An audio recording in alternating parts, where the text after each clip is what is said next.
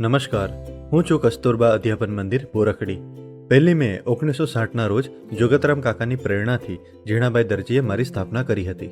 મારી શરૂઆત કરનાર આચાર્ય જીવકિશોરીબેન શાંતાબેન તથા જેઓએ સૌથી વધુ વર્ષ કોલેજમાં આચાર્ય તરીકે કામ કરી આગવી ઓળખ અપાવી એવા કોકિલાબેન વ્યાસને હું યાદ કરું છું. હવે હું આજે જેમનો નિવૃત્તિ સમારંભ છે શ્રીમતી સંગીતાબેન દેસાઈ, જે અત્યાર સુધી મારી સંભાળ રાખતા, એમનો હવે હું તમને પરિચય કરાવું છું. જેમણે બીએડની પદવી 1990માં લીધી અને કારકિર્દીની શરૂઆત ઉત્તર બુનિયાદી આશ્રમ શાળા અડદાથી કરી.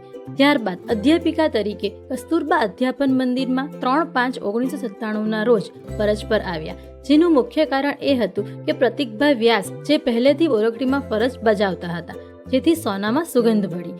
આજે દંપતીએ સહકાર્યકર્તા બની ખૂબ ઉત્સાહથી તાલીમાર્થી બહેનોની કેળવણી આપી તેમજ જીવન ઘડતરનું કામ આદર્યું.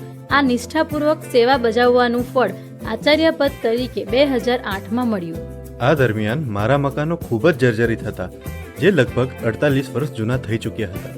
નવા વર્ગખંડ બનાવવા માટેનો પાયો નાખવા આ દંપતીએ પોતે જ 1 લાખનું દાન આપી શુભારંભ કર્યો હતો. ત્યારબાદ તબક્કાવાર ભૌતિક સુવિધાઓ માટે લોકસહયોગ દાતાશ્રીઓની મદદ તેમજ ભૂતપૂર્વ તાલીમાર્થી બહેનોના સહયોગથી અવિરત બાંધકામ આજ દિન સુધી જરૂરિયાત મુજબ ચાલતું રહ્યું છે. આ દંપતીના સેવા કાર્યોમાં એમની દીકરી ચિરંજીવી વિધિનો ફાળો પણ નોંધપાત્ર રહ્યો છે. વિવિધ પ્રવૃત્તિઓ જેવી કે પાઠ અવલોકન, સતત શિક્ષણ, પ્રવાસ, વિજ્ઞાન મેળો, વનભોજન, સાંસ્કૃતિક પ્રવૃત્તિ, ગાંધી મેળો તેમજ રમતોત્સવ જેવી પ્રવૃત્તિઓમાં વિધિ પોતાની મમ્મી પપ્પા વગર રહીને મમ્મી પપ્પાને ટેકો આપીને આ કાર્યોને સફળ બનાવ્યા. સંગીતાબેનને વિજ્ઞાન વિષયમાં ખૂબ જ રસ હોવાથી વિજ્ઞાન મેળામાં 10થી પણ વધારે વાર રાજ્ય કક્ષાએ જવાનો મોકો મળ્યો. યુવક મહોત્સવમાં ઘણીવાર ચેમ્પિયન બન્યા તેમજ તાપી જિલ્લાનું રાજ્ય કક્ષાએ વિજેતા બની ગૌરવ વધારવાનો શ્રેય પણ સંગીતાબેનને જ મળે છે. જેના કારણે અન્ય રાજ્યો જેવા કે રાજસ્થાન, આસામ તેમજ બિહારમાં પણ ગુજરાતનું પ્રતિનિધિત્વ કર્યું છે અને તાપી જિલ્લામાં કસ્તુરબા અધ્યાપન મંદિર બોરખડીનું નામ રોશન કર્યું છે. નિવૃત્તિના છેલ્લા દિવસોમાં પણ કાર્યપ્રેમી હોવાના કારણે ઇનોવેશન ફેસ્ટિવલમાં ભાગ લઈ ઝોન કક્ષા સુધી જવાનો શ્રેય પ્રાપ્ત થયો છે.